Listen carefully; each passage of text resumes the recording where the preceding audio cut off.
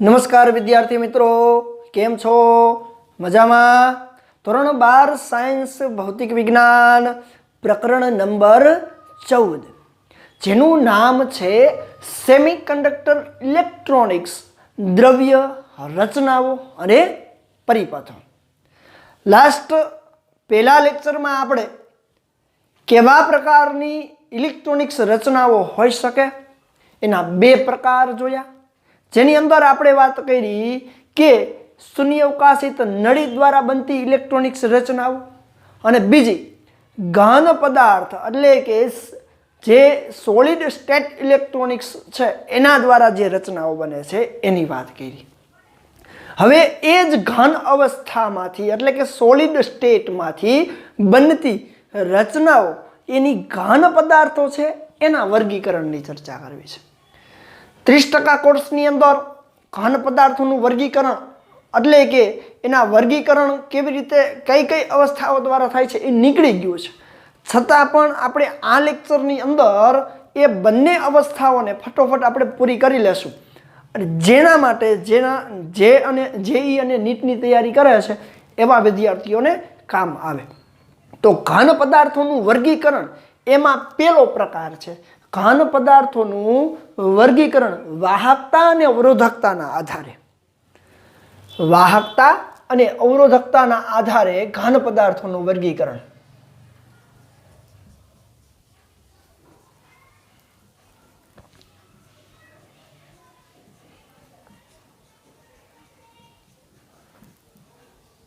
વાહકતા અને અવરોધકતાના આધારે ઘન પદાર્થોનું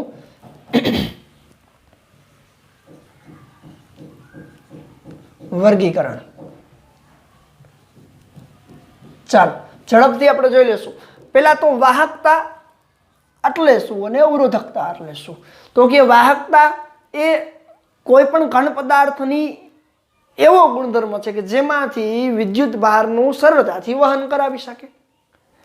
અવરોધકતા એ વિદ્યુત ભારના વહનને અવરોધે એવો ગુણધર્મ દર્શાવે છે.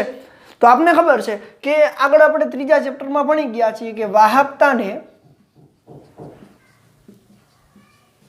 સિગ્મા વડે દર્શાવાય અને અવરોધકતાને રો વડે દર્શાવીએ છીએ.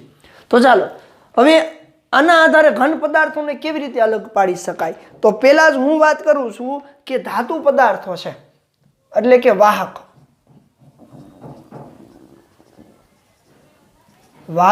વાહક પદાર્થોને વાહકતા અને અવરોધકતાથી કેવી રીતે અલગ પાડી શકાય. તો કે વાહક પદાર્થો અથવા તો ધાતુ પદાર્થો. હાલો, વાહક પદાર્થો અથવા તો ધાતુ પદાર્થો કોને કહેવાય?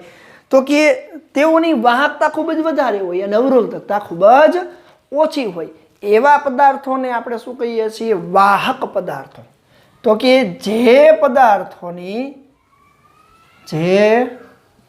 પદાર્થોની વાહકતા ખૂબ જ ઊંચી હોય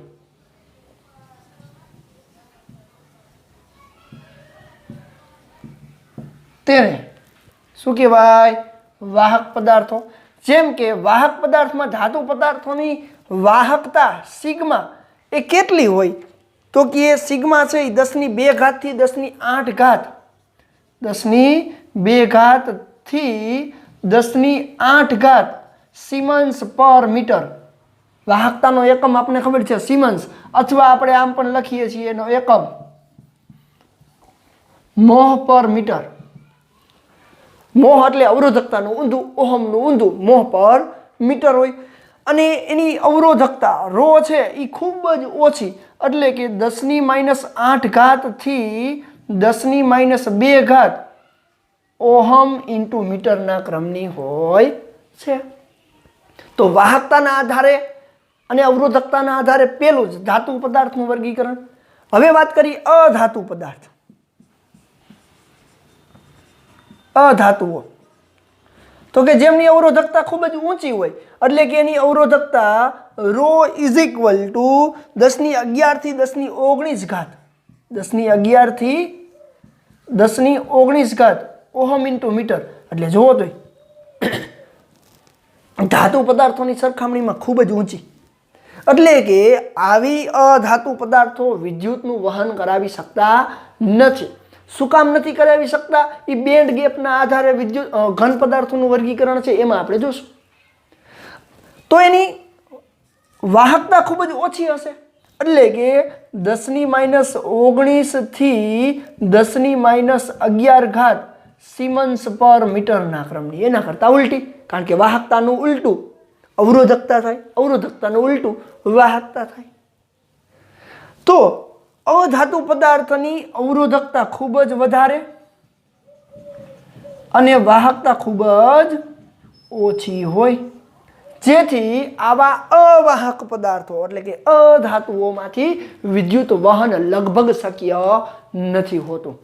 રેડી? એટલે કે ઉદાહરણ તરીકે પ્લાસ્ટિક છે, કાચ છે, લાકડું છે, એની અવરોધકતા ખૂબ જ ઊંચી હોય અને ખૂબ જ ઊંચી અવરોધકતાના કારણે જ એમાંથી વિદ્યુત વહન શક્ય નથી. ત્રીજું, આ બંનેની વચ્ચે રહેલું, જેને આપણે અર્ધ ધાતુઓ કહીએ છીએ. અર્ધ ધાતુઓ તો કે જેમની વાહકતા અવરોધકતા કરતા ઓછી, જેમની વાહકતા ધાતુઓ કરતા ઓછી અને અધાતુઓ કરતા વધારે હોય, એમને અધાતુઓની જગ્યાએ આપણે ધાતુઓની જગ્યાએ બંનેની વચ્ચે લઈ તો આપણે એને અર્ધ ધાતુ તરીકે ઓળખીએ છીએ.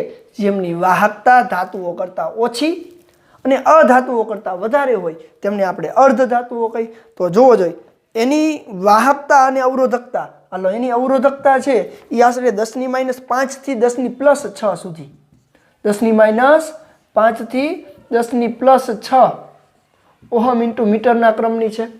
અને અવરોધકતાની વાત કરીએ, વાહકતાની વાત કરીએ તો 10+5 થી 10-6 સિમન્સ પર મીટર જેટલી હોય છે.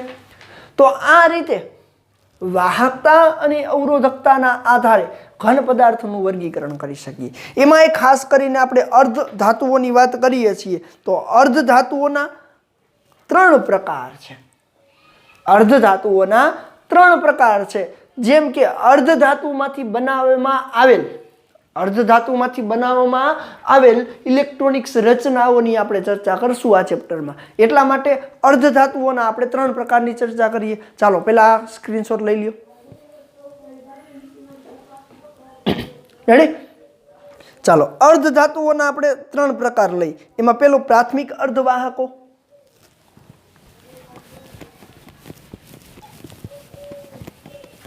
વાહકતાના આધારે વર્ગીકરણની અંદર જે વર્ગીકરણ લીધું છે એમાં અર્ધ ધાતુ તો કે અર્ધ ધાતુઓના 3 પ્રકાર.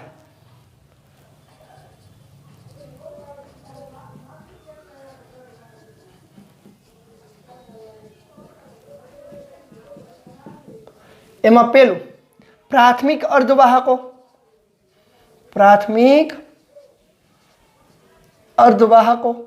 તો કે પ્રાથમિક અર્ધવાહકો તરીકે મોટા ભાગે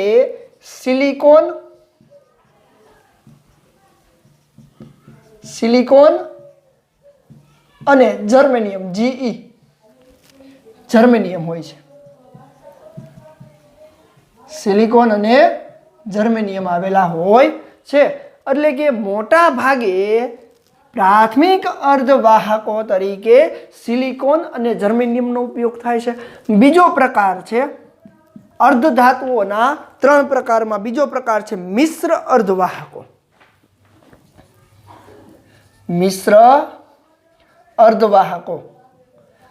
આ મિશ્ર અર્ધવાહકની અંદર આપણે ચર્ચા કરીએ તો મિશ્ર અર્ધવાહકની અંદર એના પેટા 3 પ્રકાર છે. જેની અંદર એક તો કાર્બનિક અર્ધવાહકો, અકાર્બનિક અર્ધવાહકો,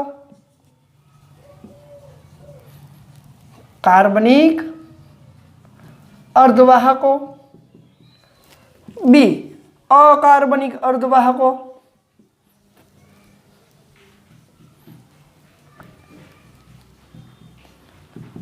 અને સી કાર્બનિક પોલિમર્સ. કાર્બનિક પોલિમર. હાલો, કાર્બનિક અર્ધવાહકની અંદર જેમ કે મિશ્ર અર્ધવાહકનું પેલું આપણે વાત કરીએ તો કાર્બનિક અર્ધવાહકની અંદર કેનો કેનો ઉપયોગ થાય તો કે એન્થ્રાસીન. એન્થ્રાસીન જો આ એમસીક્યુ ની અંદર આવી શકે એટલા માટે આપણે કરાવીએ છીએ, કોર્સમાંથી ભલે નીકળી ગયું હોય. એન્થ્રાસીન, અશુદ્ધિ ઉમેરેલો થેલોસાયનાઇડ્સ. અશુદ્ધિ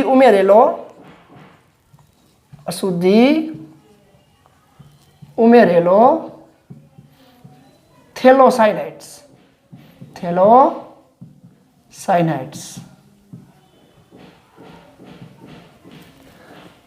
વગેરે આવા અર્ધવાહક તરીકે એની અંદર ઉપયોગમાં લેવામાં આવે છે. હવે વાત કરીએ અકાર્બનિક અર્ધવાહકની અંદર તો એની અંદર અશુદ્ધિ ઉમેરેલા હોય એવા gallium arsenide, cadmium sulphide, cadmium selenide અને મોટા ભાગે ઉપયોગ થતો એવો ઇન્ડિયમ ફોસ્ફાઇડ.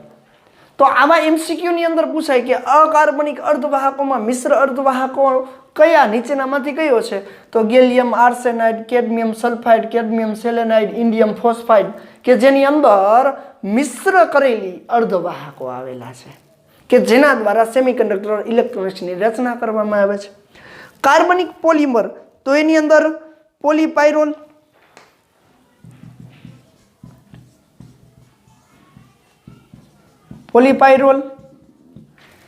પછી પોલિથિયોફેન,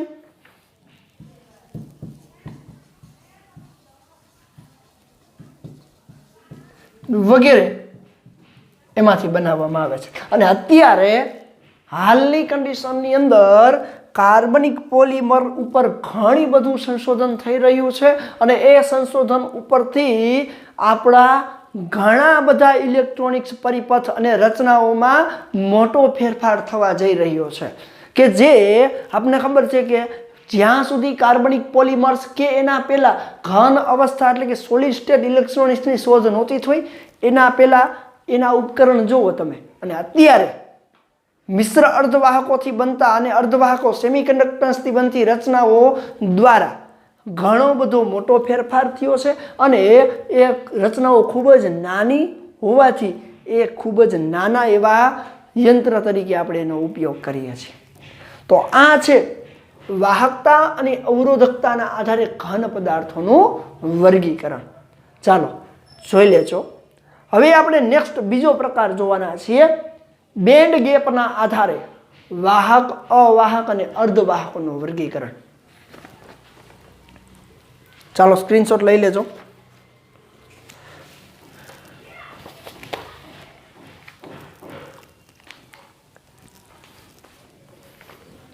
ચાલો હવે આપણે વાત કરશું બેન્ડ ગેપ એટલે કે એનર્જી ગેપના આધારે ઘન પદાર્થોનું વર્ગીકરણ. આ પણ આપણા 30% કોર્સમાંથી નીકળી ગયું છે, પણ આગળ આપણે શુદ્ધ અર્ધવાહકો અને અશુદ્ધ અર્ધવાહકો વિશે આપણે ચર્ચા કરશું. એની અંદર એનર્જી બેન્ડ ગેપ એ ખૂબ જ અગત્યનો છે. એટલા માટે બેન્ડ ગેપ શું છે, એની અંદર કેવા કેવા પ્રકારની ગેપ ઉર્જા સ્તરો આવેલી હોય એની આપણે અહીંયા ટૂંકમાં ચર્ચા કરી લઈએ. ચાલો તો બેન્ડ ગેપના આધારે બેન્ડ ગેપ જેને એનર્જી ગેપ પણ કહેવાય. શું કહેવાય? Energy gap. તો બેન્ડ ગેપના આધારે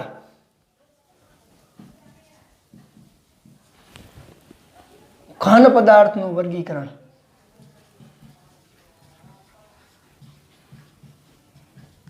તો પેલો જ પ્રશ્ન તમને એવો થાય, બેન્ડ ગેપ એટલે શું? બેન્ડ ગેપના પ્રકાર કયા કયા છે?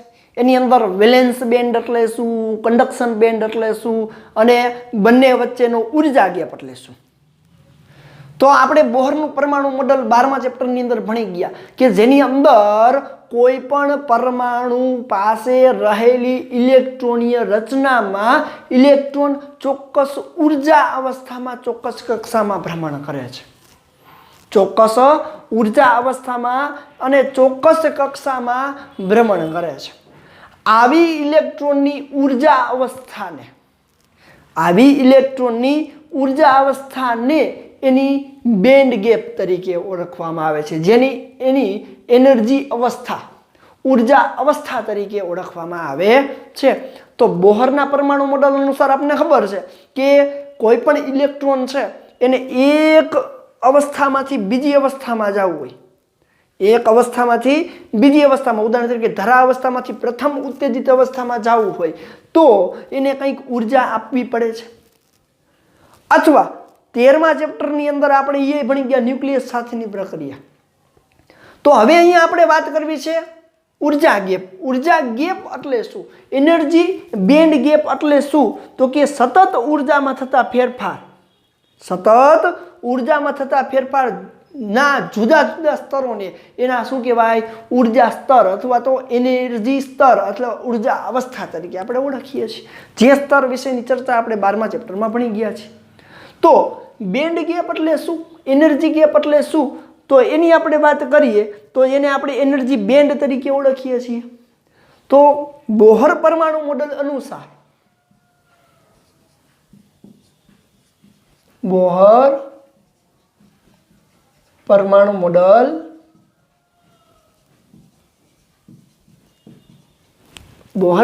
મોડલ અનુસાર શું કહે છે? તો કે કોઈ પણ ઇલેક્ટ્રોન, પરમાણુમાં રહેલો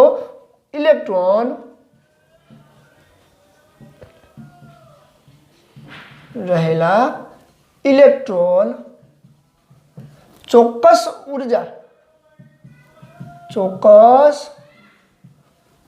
ઉર્જા અવસ્થા ધરાવે છે,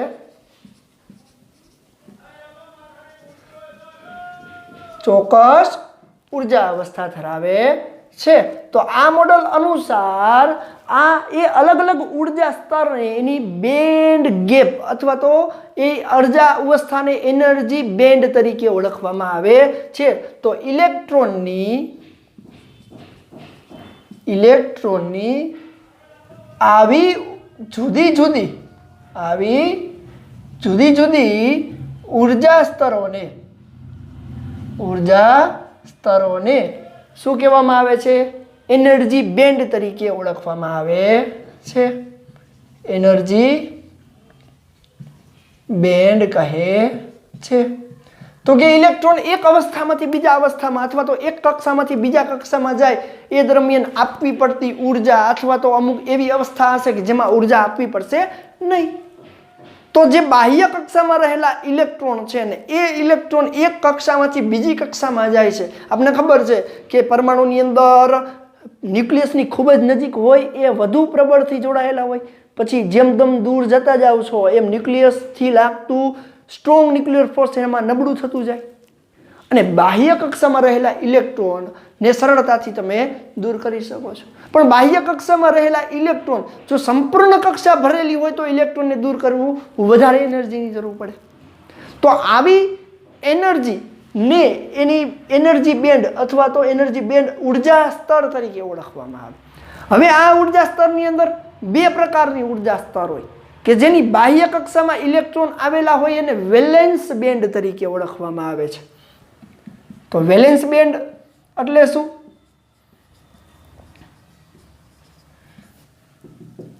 વેલેન્સ બેન્ડ એટલે શું? તો કે વેલેન્સ ઇલેક્ટ્રોન ધરાવતા ઇલેક્ટ્રોનના ઉર્જા સ્તરને, વેલેન્સ ઇલેક્ટ્રોન ધરાવતા હોય એટલે બાહ્ય કક્ષામાં, રેડી? બાહ્ય કક્ષામાં ઇલેક્ટ્રોન ધરાવતી બેન્ડને અથવા ઉર્જા સ્તરને વેલેન્સ ઉર્જા સ્તર અથવા તો વેલેન્સ બેન્ડ કહે છે। તો આપને ખબર છે વેલેન્સી વિશે તો આપણે કેમિસ્ટ્રીમાં ભણીએ છીએ કે જેની બાહ્ય કક્ષામાં એક ઇલેક્ટ્રોન હોય એની એક વેલેન્સી કહેવાય, 3 ઇલેક્ટ્રોન એને 3 વેલેન્સી કહેવાય, એટલે કે વેલેન્ટ ઇલેક્ટ્રોન તરીકે ઓળખીએ. એટલા માટે આપણે એને વેલેન્સ ઉર્જા સ્તર તરીકે અહીંયા લઈએ છીએ. પછી આવશે કંડક્શન બેન્ડ.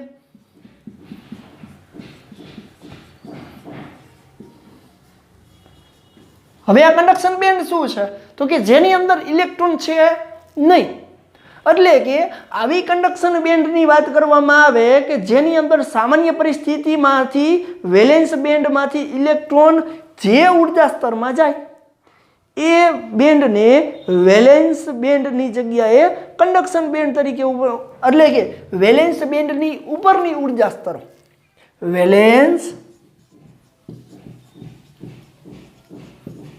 બેન્ડની ઉપરની ઉર્જા સ્તરોને કંડક્શન બેન્ડ કહે છે. શું કે કંડક્શન બેન્ડ કહે છે. તો એવી વેલેન્સ બેન્ડ અને કંડક્શન બેન્ડ કેવી હોય? ઉદાહરણ તરીકે આ ઉર્જા સ્તરો છે જેમાં અહીંયા ઇલેક્ટ્રોન છે, તો આને ભરેલી જેમાં ઇલેક્ટ્રોન હોય અને વેલેન્સ બેન્ડ કહેવાય, અને જ્યાં ઇલેક્ટ્રોન ખાલી છે એટલે કે વેલેન્સ બેન્ડમાંથી ઇલેક્ટ્રોન જશે તો આને આપણે કંડક્શન બેન્ડ કહેશું. અને બંને વચ્ચે જે ગેપ છે જેને બેન્ડ ગેપ એટલે કે એનર્જી ગેપ EG વડે દર્શાવશું, જેને શું કહેવાય? Energy gap. હવે આ વસ્તુ, આ 3 વસ્તુના આધારે આપણે ઘન પદાર્થોનું વર્ગીકરણ કરવાનું છે. ઘન પદાર્થોનું વર્ગીકરણ કરવાનું છે. તો ખાસ સમજો, એનર્જી ગેપ એટલે શું તો કે વેલેન્સ બેન્ડ અને કંડક્શન બેન્ડ વચ્ચેની જગ્યાને, એટલે કે જે ઉર્જા દ્વારા આપણે ઇલેક્ટ્રોનને વેલેન્સ બેન્ડમાંથી કંડક્શન બેન્ડમાં લઈ જશું જેને આપણે શું કહેશું? Energy gap. જેમાં ઇલેક્ટ્રોન હોય એને વેલેન્સ બેન્ડ કહેવાય. ઇલેક્ટ્રોન એમાંથી ઉપરની કક્ષામાં જાય, જે ઉર્જા સ્તરોમાં જાય એને કંડક્શન બેન્ડ. કન્ડક્ટ થવું એટલે વહન કરવા માટે મુક્ત કરેલા ઇલેક્ટ્રોનની જે ઉર્જા સ્તર હોય ટૂંકમાં એને શું કહેવાય? કંડક્શન બેન્ડ તરીકે ઓળખાય છે. તો ચાલો આ 3 વસ્તુના આધારે હવે આપણે ઘન પદાર્થોનું શું કરવું છે? વર્ગીકરણ કરવું છે. તો ચાલો પેલું વર્ગીકરણની અંદર પેલું આપણે લઈ બેન્ડ ગેપના આધારે વાહક, અવાહક અને અર્ધવાહક, વાહક, અવાહક અને અર્ધવાહકનું વર્ગીકરણ આપણે જોવું છે. તો ચાલો યાદ રાખજો, એનર્જી ગેપ એટલે શું તો કે કંડક્શન બેન્ડ અને વેલેન્સ બેન્ડ વચ્ચેની જગ્યા. રેડી? કંડક્શન બેન્ડ એટલે શું? જેમાં ઇલેક્ટ્રોન ખાલી છે, ઇલેક્ટ્રોન સ્વીકારવાની વૃત્તિ ધરાવે. વેલેન્સ બેન્ડ એટલે શું? જેની બાહ્ય કક્ષામાં ઇલેક્ટ્રોન આવેલા હોય. તો ચાલો બેન્ડ ગેપના આધારે ઘન પદાર્થનું વર્ગીકરણ. એમાં પેલું વાહક. હાલો વાહક પદાર્થો. તો વાહક પદાર્થમાં બેન્ડ ગેપ કેવી હોય? રેડી? વાહક પદાર્થમાં બેન્ડ ગેપ કેવી હોય કે જેની અંદર વેલેન્સ બેન્ડ અને કંડક્શન બેન્ડ, ધારો કે આ વેલેન્સ બેન્ડ છે અને કંડક્શન બેન્ડ આવી છે કે જેની અંદર ઇલેક્ટ્રોન આવેલા છે. તો અમુક વખતે વેલેન્સ બેન્ડ અને કંડક્શન બેન્ડ વચ્ચે, આ ધારો કે વેલેન્સ બેન્ડ છે અને આ કંડક્શન બેન્ડ છે.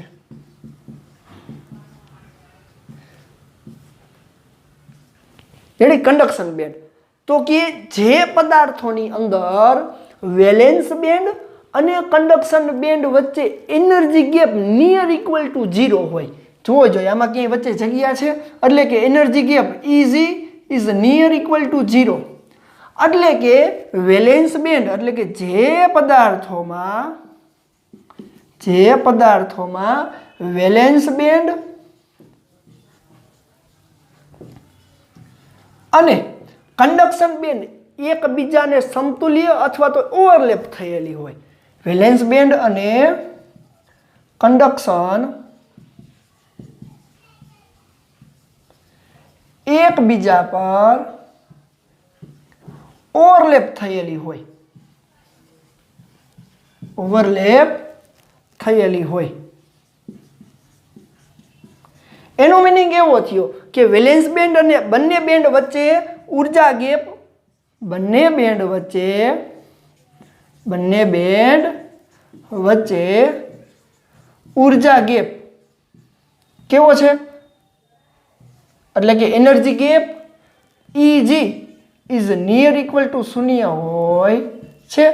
જો ઉર્જા ગેપ નિયર ઇક્વલ ટુ શૂન્ય હોય તો વેલેન્સ બેન્ડમાંથી ઇલેક્ટ્રોન સરળતાથી કંડક્શન બેન્ડમાં જાય. એટલે કે એ સામાન્ય પરિસ્થિતિની અંદર એ મુક્ત ઇલેક્ટ્રોન આપી શકે.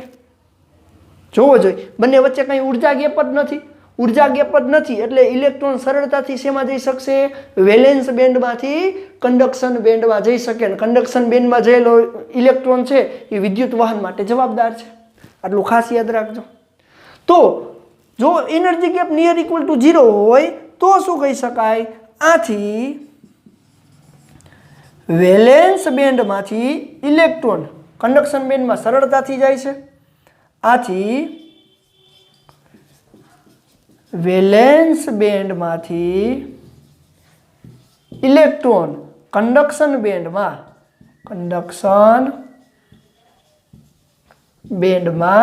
સરળતાથી જાય, જેથી વિદ્યુત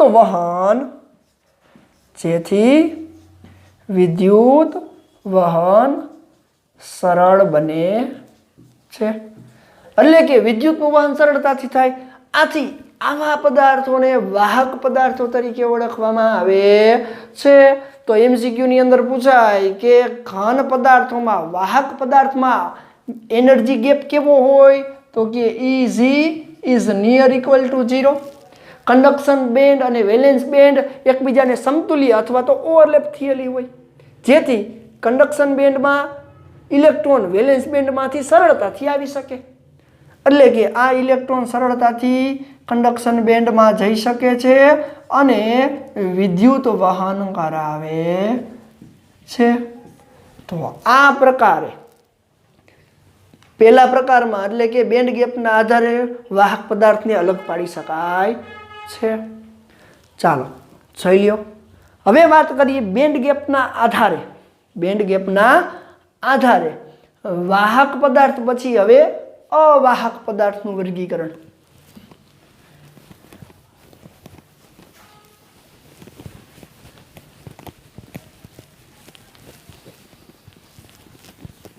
હાલો, બેન્ડ ગેપના આધારે અવાહક પદાર્થનું વર્ગીકરણ.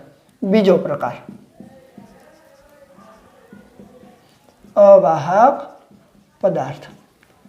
તો જેમ વાહક પદાર્થમાં કંડક્શન બેન્ડ અને વેલેન્સ બેન્ડ વચ્ચે જે એનર્જી ગેપ હતો એ ખૂબ જ ઓછો અથવા તો બંને એકબીજા ઉપર ઓવરલેપ થઈ જતી હતી. અહીંયા આપણે અવાહક પદાર્થની કંડક્શન બેન્ડ અને વેલેન્સ બેન્ડની ચર્ચા કરીએ તો ધારો કે આ કંડક્શન બેન્ડ છે, એટલે કે ખાલી કંડક્શન બેન્ડ જેની અંદર એક પણ ઇલેક્ટ્રોન અત્યારે છે નહીં. અને નીચે હું દોરું છું વેલેન્સ બેન્ડ, એટલે કે વેલેન્સ ઉર્જા સ્તર, જેની અંદર ઇલેક્ટ્રોન અહીંયા આવેલા હોય છે ઉર્જા સ્તરમાં. આ છે વેલેન્સ બેન્ડ. તો જોવો જોઈએ કંડક્શન બેન્ડ અને વેલેન્સ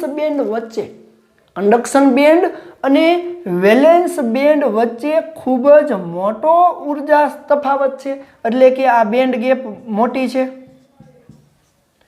અને આ બેન્ડ ગેપ એટલી બધી મોટી છે કે જેની ઉર્જા, બેન્ડ ગેપની ઉર્જા EG is greater than 3 electron volt. કેટલી છે? 3 ઇલેક્ટ્રોન વોલ્ટ કરતાં વધુ છે. 3 ઇલેક્ટ્રોન વોલ્ટ કરતાં વધુ મોટો ઉર્જા ગેપ છે. જો 3 ઇલેક્ટ્રોન વોલ્ટ કે એના કરતાં ઓછો હોત તો આપણે બાહ્ય ઉર્જા આપી અને વેલેન્સમાંથી કંડક્શનમાં ઇલેક્ટ્રોનને આપણે જવા દે. પણ અહીંયા અવાહક પદાર્થમાં વેલેન્સ બેન્ડ અને કંડક્શન બેન્ડ વચ્ચે ઉર્જા સ્તર ખૂબ જ મોટો છે? તો કે અહીં આપેલ પદાર્થમાં વેલેન્સ બેન્ડ અને કંડક્શન બેન્ડ વચ્ચે ઉર્જા તફાવત એટલે બેન્ડ ગેપ ખૂબ જ મોટો છે. એટલે કે Eg is greater than 3 electron volt. તો આટલો બધો મોટો ઉર્જા ગેપ હોવાથી તમે બાહ્ય ઉર્જા, ઉદાહરણ તરીકે એના તમે તાપમાન આપશો કે મોટા મૂલ્યનો પોટેન્શિયલ ડિફરન્સ આપશો, એ બળી જશે, પણ એમાંથી એક પણ ઇલેક્ટ્રોન છૂટો પડી અને કંડક્શન બેન્ડમાં જશે નહીં. જો એક પણ ઇલેક્ટ્રોન વેલેન્સ બેન્ડમાંથી કંડક્શન બેન્ડમાં નહીં જાય તો વિદ્યુત વહન થશે નહીં. કારણ કે કંડક્શન બેન્ડમાં જયેલો ઇલેક્ટ્રોન એટલે કે ઇલેક્ટ્રોન છૂટો પડવો અથવા તો ઇલેક્ટ્રોન મુક્ત થવો. અને આપણને ખબર છે વિદ્યુત વહન માટે કેવો ઇલેક્ટ્રોન જવાબદાર છે, કેવા ઇલેક્ટ્રોન જવાબદાર છે? તો કે વિદ્યુત વહન માટે તો જે ઇલેક્ટ્રોન મુક્ત હોય એ જ જવાબદાર છે. બાકી પરમાણુમાં ગમે એટલા ઇલેક્ટ્રોન હોય, શું ફેર પડવાના? તો અર્ધવાહકમાં ઉર્જા ગેપ 3 ઇલેક્ટ્રોન વોલ્ટ કરતાં મોટો હોવાથી વેલેન્સ બેન્ડમાં રહેલા ઇલેક્ટ્રોન કંડક્શન બેન્ડમાં જઈ શકતા નથી. આથી આવા પદાર્થમાં વિદ્યુત વહન શક્ય નથી. જેમાં વિદ્યુત વહન શક્ય ન હોય એવા પદાર્થને અવાહક પદાર્થ તરીકે ઓળખવામાં આવે છે. તો સિમ્પલ છે. તો આવા પદાર્થોને આપણે અવાહક પદાર્થ તરીકે ઓળખીએ છીએ. હવે નેક્સ્ટ વન, જે ચેપ્ટરની અંદર સેમિકન્ડક્ટર એટલે કે અર્ધવાહકમાં ઉર્જા ગેપ કેવો હોય એની ચર્ચા કરીએ. ચાલો, હું ઉપર કંડક્શન બેન્ડ એમને રાખું છું. વેલેન્સ બેન્ડને થોડોક ઉપર લઈ લો. ચાલો, તો આપણે વેલેન્સ બેન્ડને થોડીક ઉપર લઈ લઈ તો એવા ઉર્જા તફાવતને આપણે શું કહેશું? ત્રીજો પ્રકાર અર્ધવાહક. અર્ધવાહકની ઉર્જા ગેપ એટલે કે બેન્ડ ગેપના આધારે વર્ગીકરણ કેવી રીતે થાય છે? તો આ જે આપણે ખાલી કંડક્શન બેન્ડ જે લીધો છે એ ખાલી કંડક્શન બેન્ડની નીચે ઇલેક્ટ્રોન આવેલા હોય એવી વેલેન્સ બેન્ડ હોય.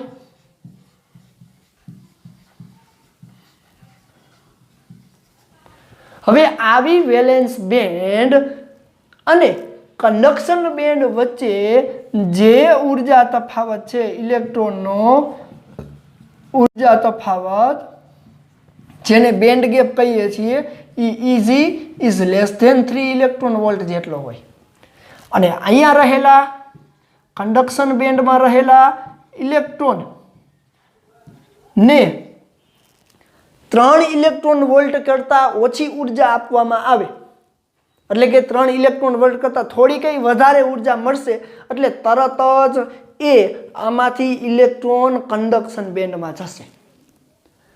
એટલે કે તેનો ઉર્જા તફાવત 3 ઇલેક્ટ્રોન વોલ્ટ કરતાં ઓછો છે. તો અવાહકમાં શું હતું? ઉર્જા તફાવત 3 ઇલેક્ટ્રોન વોલ્ટ કરતાં વધારે હતો.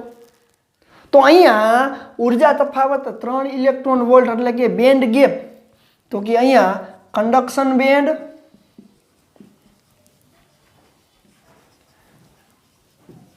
અને વેલેન્સ બેન્ડ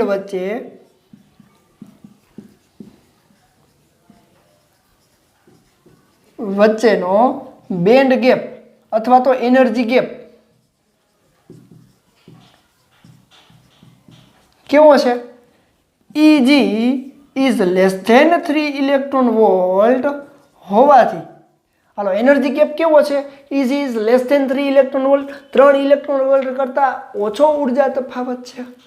તો આવા 3 ઇલેક્ટ્રોન વોલ્ટ કરતાં ઓછા ઉર્જા તફાવતના કારણે એને ઓરડાના તાપમાને પણ આવા ઇલેક્ટ્રોન એ વેલેન્સ બેન્ડમાંથી કંડક્શન બેન્ડમાં જઈ શકે છે. તો કે આવા ઓછા ઉર્જા તફાવતના કારણે આવા ઓછા ઉર્જા તફાવત અથવા તો એનર્જી ગેપના તફાવતના કારણે ઓરડાના તાપમાને અમુક ઇલેક્ટ્રોન, બધા નહીં, કેવા અમુક ઇલેક્ટ્રોન વેલેન્સ બેન્ડમાંથી કન્ડક્શન બેન્ડમાં